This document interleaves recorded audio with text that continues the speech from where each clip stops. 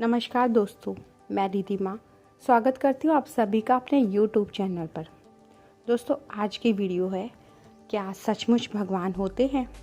दोस्तों, यह पूरा संसार, पूरी सृष्टि किसने बनाई है? यह प्रश्न जो है हम सबके मन में कभी ना कभी तो उठता ही है। ये पेड़ पौधे, यह जल, धरती, आकाश, सभी किसने बनाई है? दोस्तों, अगर यह सब भगवान ने बनाया है तो भगवान हमें दिखाई क्यों नहीं देते? जब हम किसी मुसीबत में होते हैं तो क्यों नहीं परमात्मा हमारी मदद करने हमारे सामने क्यों नहीं आते? क्यों नहीं हमारा दुख दूर करते? क्या पत्थरों में भगवान होते हैं जिन्हें हम पूजते हैं? दोस्तों, यह सब जो है विचार सभी के मन में आते हैं। दोस्तों, हमारी आस्था, हमारा विश्वास ही भगवान का दूसरा रूप है। जब कोई छोटा बच्चा रोता है तो वह सबसे पहले अपनी माँ को याद करता है। उस वक्त उस बच्चे के लिए उसकी माँ ही भगवान है।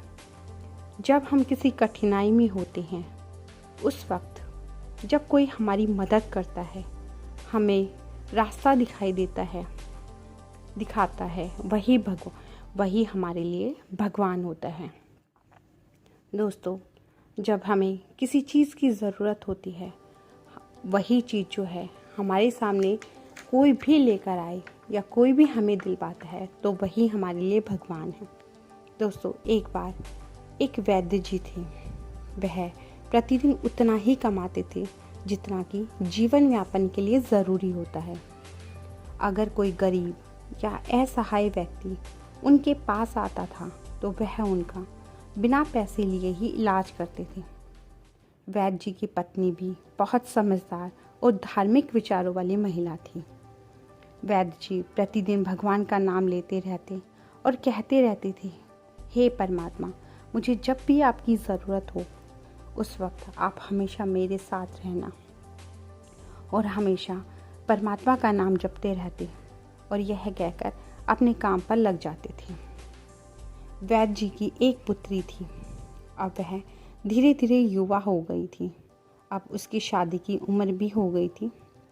वैद्य जी की पत्नी प्रतिदिन वैद्य जी को एक चिट्ठी देती थी। जो भी सामान की ज़रूरत होती थी वह उसमें लिख देती थी। वैद्य जी प्रतिदिन अपने कार्यों को पूरा करके उस चिट्ठी को पढ़ते और ज़रूरत का सामान घर पर ले जाते थे। एक दिन उनकी पत्नी ने उनको चिट्ठी लिखकर दी। जब वैद्य जी अपनी दुकान पर पहुँचे तब उन्होंने अपने सभी काम निपटा लिए। फिर उन्होंने वह चिट्ठी खोली। उसमें लिखा था कि अब बेटी की शादी करनी है, उसके लिए हमें ज़्यादा पैसों की आवश्यकता होगी। वैद्य जी ने चिट्ठी खोलकर वापस बंद करके रख दी और कहने लगे, हे परमात्मा, जैसा आपको ठीक लगे।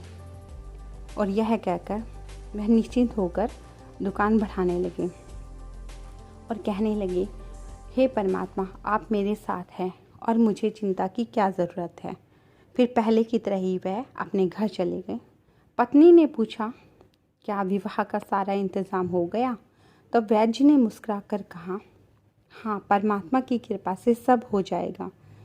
अगले दिन वैद्य जी पहले की तरह दुकान पर पहुँचे और अपने मरीजों का इलाज करने लगे। तभी एक बड़ी सी गाड़ी आकर उनके दुकान के सामने रुकी। उसमें से एक आदमी उतरा और उनके पास आया। तब वैद्य जी ने कहा, दुकान बढ़ाने का समय हो गया है। आज का जो मेरा कार्य था वह पूरा हो गया है। अब भाई तुम कल आना। तभी वह आदमी कहने लगा कि वैद्य जी, आपने शायद मुझे पहचाना नहीं। मैं वही अनाथ बच्चा हूँ जिसको पढ़ा लिखा कर आपने आज इतना बड़ा आदमी बना दिया। आज मैं आपकी कृपा से विदेश में मैंने अपना कारोबार स्थापित कर लिया है। अब मैं कुछ दिनों के लिए भारत आया हुआ था, सो आपसे मिलने चला आया। वैद्य जी उसे देखकर बहुत खुश हुए। वह आदमी वैद्य जी से काफ़ी धनराशि देकर कहने लगा, वैद्य जी, मैं आपका उपकार तो कभी नहीं उतार सकता, परंतु मैं जानता हूँ कि आपकी एक बेटी है जो विवाह योग्य है। सो मैंने उसके लिए कुछ देना चाहता हूँ, कृपा करके आप मना मत कीजिएगा।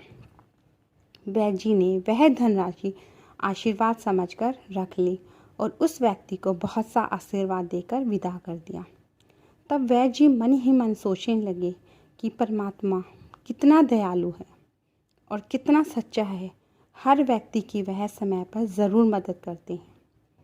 यदि हम उन्हें सच्चे मन से याद करते हैं तो भगवान अवश्य ही किसी न किसी रूप में प्रकट होकर हमारे सामने ज़रूर आते हैं। दोस्तों, यही सच्चा विश्वास है।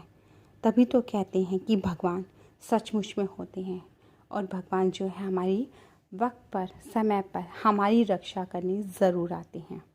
दोस्तों, आपको वीडियो कैसी लगी मुझे कमेंट सेक्शन में ज़रूर बताइएगा। राधे राधे दोस्तों, नमस्कार।